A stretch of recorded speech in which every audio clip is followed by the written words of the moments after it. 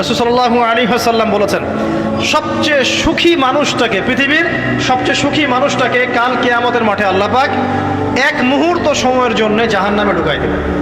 কতটুকু সময়? এক মুহূর্ত। আল্লাহ পাক জানেন কতটুকু সময়। এরপর তাকে বের করে বলবেন, দুনিয়াতে সুখে ছিলা? সে বলবে, আল্লাহ সুখ কি জিনিস আমি জানি না, সুখ কাকে বলে আমি জানি না, সুখ কি আমি সেটা জানি না, আল্লাহ সুখ কাকে বলে আমি সেটা জানি না।